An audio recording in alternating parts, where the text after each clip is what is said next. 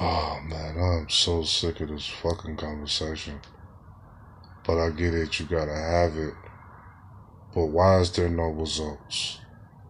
Does colorism exist? Yes. Damn.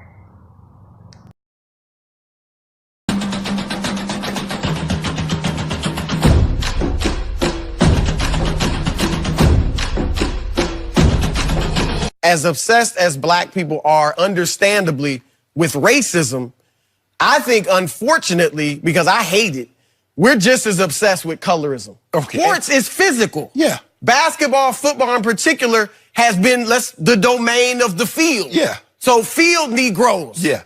So, and that's historically what it's been. Wilt Chamberlain, Bill Russell, Julius Erving, Elgin Baylor, Michael Jordan, Magic Johnson, you know, LeBron, KD, Kobe and Shaq. And now here come this light-skinned dude, like you said, not only dominating, but changing the game. And guys are resentful. Right, and that's where... No, Michael Skip, you love Michael. You say he's the GOAT. He didn't win one MVP unanimously. Not LeBron, not Larry, not Magic, not Russell. Nobody. Little Steph. Little 6'2", light-skinned Steph is the first. No, that ain't right. I'm going to keep it 100. A lot of these dudes that want to hate on Steph because he's light-skinned, there's hypocrisy because they all want to date light-skinned women. I'm just keeping it real. Okay. There is this colorism thing in the black community is deep. It is and very deep. They think light-skinned blacks are viewed as prettier. And they received an unfair advantage no matter what the case may be. Okay. You look at Hollywood, Skip, and how the light-skinned women, they got the roles if they were to get roles. And they look at Steph as like, Steph doesn't receive the criticism like a LeBron when things go wrong. All right. And people become resentful of him. They're like... But here's why, too, because he's become so dominant. Because Jason Kidd didn't get that. Because he was, as great as he wasn't like the best player in the conversation. Klay Thompson doesn't get that either. Because he's not, like Steph has changed the game and dominated. But Steph doesn't have biracial parents because they're both considered, I mean, they're light skinned. Obviously there is a lot of white, like me. I don't have biracial parents, but there's a lot of white blood in me. So it's that. So now, just in the community, we just always brought up that light-skinned guys were soft. And Matt had to prove that he wasn't soft. Because like he said, when he came in, guys were going to try him. Guys were more apt to try a guy.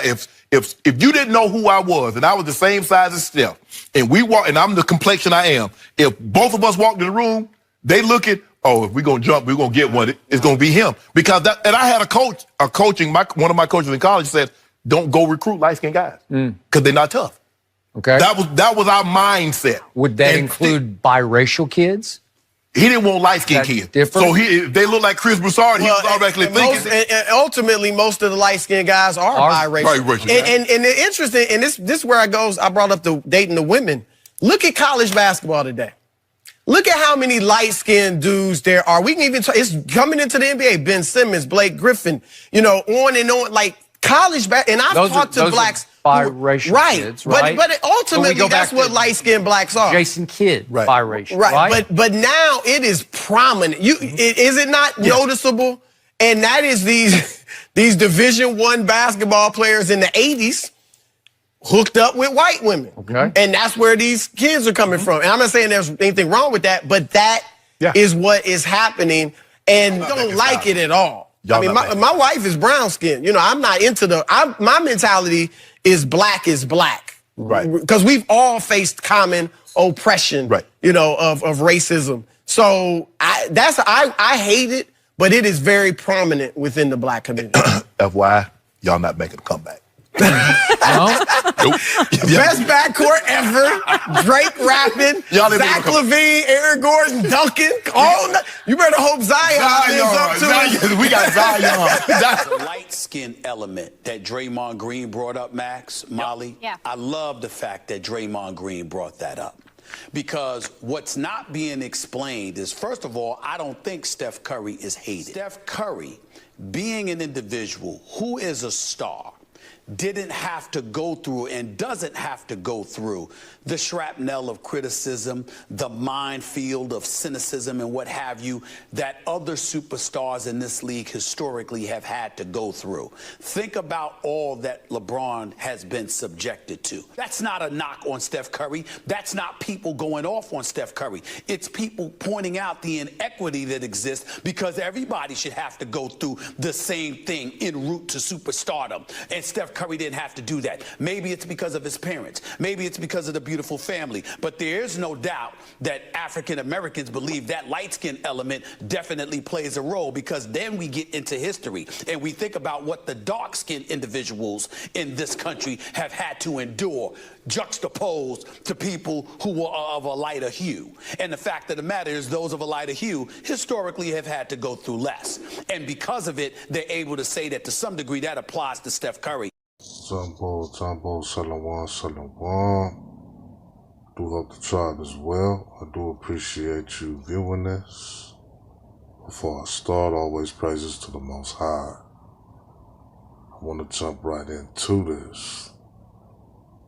Before I start, too, I gotta make sure I send a shout out to Rashida Strober, because I don't want this sister coming from my head on any occasion. So I gotta shout her out for, coining darkism and, colorism or whatnot. Whichever ism, because I do not own the rights to any of the isms to the colors. So I just want to give that sister her credit where credit is due. Colorism is not a topic that I indulge in too much or too often, or darkism, because I'm still trying to understand it. I'm still trying to see where people come from. This video was basically inspired by a video I seen of Chrissie. So it's kind of like a video response, I guess, to Chrissie. And it's pretty much the conversation that Matt Barnes was having on the panel with some ESPN panelists. And they were talking about Steph Curry and how Steph Curry doesn't get the respect due because of his privilege or because of his hue, his skin, right? And something that came to my mind after even watching the clip, right? There was a lot of things that came to my mind. Does colorism exist within the melanated community with brothers, right? And I have to think for a little bit, and I'm like, I don't really have too many problems with biracial men, nor do I feel any jealousy towards them, seeing as I know what I am, and a lot of, mixed breed people tend to struggle with identity. They don't know what they are. I knew what I was, so I never felt like a biracial person was a threat to me. A lot of this shit that Chrissie is saying is just to get the genders to fight, and they gotta prove a point on that side. But where I'm coming from with is, how do you identify a black person? How do you know who's black? Who do you want to be black, right? I did a video on Cardi B, and I believe it was called You Might Regret This. And I did it a few years back, and you should check it out. Matter of fact, scroll down. I know you might not do it, but scroll down, check out You Might Regret This. And I kind of discussed these problems on identifying black people, not being so quick to claim everybody. And I was never one of those ones that claimed Cardi B. I still don't. But I do see what's going on YouTube. I do get it. There's an agenda between certain genders, certain people in the genders, I should say, between men and women. There are a lot of brothers that are saying certain things that sisters do. There are sisters saying certain things that brothers do. And the thing that I notice is none of them have the answers for the shit. But to keep throwing the other one under the bus. You keep throwing your women under the bus. You keep throwing your men under the bus. And my thing is, yes, colorism exists. What are we going to do to combat it? Instead of pointing a finger at, you started it. It's like the whole gender war shit, which I see only exists on social media. Because in real life, nobody is going around calling men apes, and nobody is going around calling women black bitches all damn day. So it seems like it's only pertained to social media, because I can't figure out why people on YouTube can't have a civilized conversation about who's black or not. Does that look like a black guy to you? Yes or no? That's all you really gotta get to the bottom of, get to the root of. And how do we identify black? And I really honestly think we should stop using black. That's why I don't use black. I use melon. I use melanated. You know, I like that better. I think it's more accurate. I like it.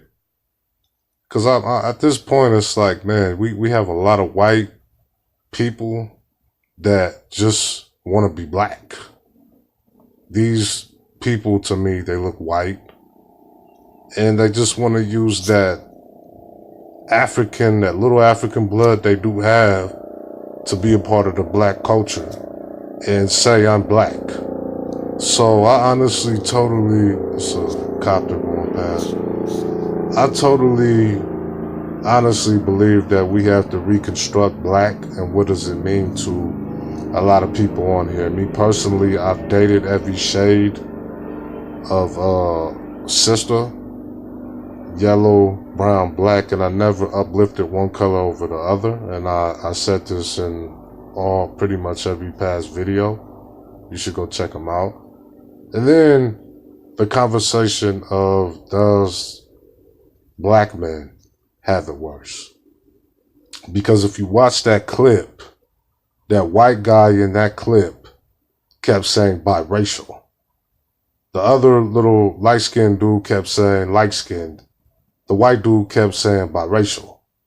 Because really, let's just be honest, light-skin is practically biracial. You have a heavy dose of white blood in you. You could say, oh man, my parents are black, it's fine, but you look like a white boy. Simple as that. Let's just keep it simple, keep it real. You look like a white boy because you probably are a white boy. And do the black man have it harder in, just the world and life? Yes.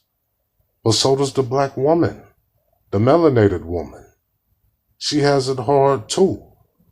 So I can't understand, for the love of Yah, why everybody on here is starting this gender war bullshit and this colorism bullshit when we all both are at a disposition, male or female. We all got it hard. We both got it hard. The sister has it hard, the brother has it hard.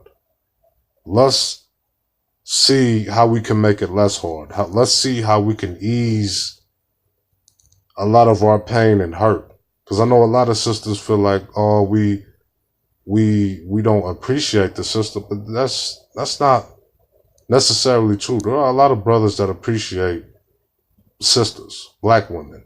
I don't mean light, I don't mean biracial, none of that shit. I mean black women. There are a lot of brothers that appreciate black women. It's just that you don't really pay attention to them. But also, when it comes to identity too with me, I do recognize that there are a lot of biracial people. But I can't tell them, nor do I have the heart. I knew Bob Marley was a biracial man, but he identified himself as a brother man. So I can't tell nobody on YouTube and social media and any type of life that you live that you're a biracial person. If you believe you're black, J. Cole says he's black, he's black. I can't tell you anything else. Bob Marley is a black man, that's fine. Even though he's biracial. I knew he was biracial, but he's a black man. He lives his life as a black man. He identifies that. I don't have no power, nor does anybody on here have the power to tell anybody what they are in this life, in this world. So, to sum it up, let's reconstruct the word black. What does it mean? What does it do? How do you define it? How do you view it? And let's progress. Let's have a civilized conversation. We're all in the same war. Let's make peace. All right? Shalom. You be safe out there. One love.